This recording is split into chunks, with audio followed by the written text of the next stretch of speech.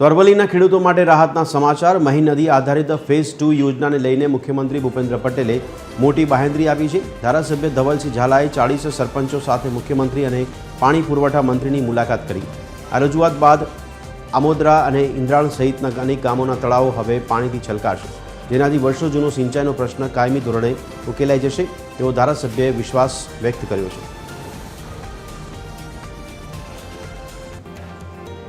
CM સાહેબને રજૂઆત કરી છે અને સીએમ સાહેબ અને અમારા પ્રભારી મંત્રી રમણભાઈ સોલંકીજી તેમજ અમારા જિલ્લાના મંત્રી પીસી બરંડા સાહેબ અને સિંચાઈ મંત્રી ઈશ્વરસિંહ પટેલ સાહેબને ચારે જણાને અમે રજૂઆત કરતાં મને ચોક્કસથી વિશ્વાસ છે કે આ વખતે આના પર સહી થઈ જશે અને આવનારા દિવસોની અંદર જે ખેડૂતોની માગ છે એને સંતોષાશે એવો વિશ્વાસ છે. અને સરકારને પણ બે હાથ જોડીને વિનંતી કરું છું કે ભાઈ અમારી ધીરજ હવે ઓછી થઈ છે, તો મહેરબાની કરીને આના પર સહી કરીને અમારા વિસ્તારના ખેડૂતો જે પાણીની સમસ્યાથી તકલીફમાં છે એને પૂર્ણ વિરામ આવે અને સુખદપણે પાણી મળતું થાય તેવી સરકારશ્રીને પણ વિનંતી કરું છું. આભાર.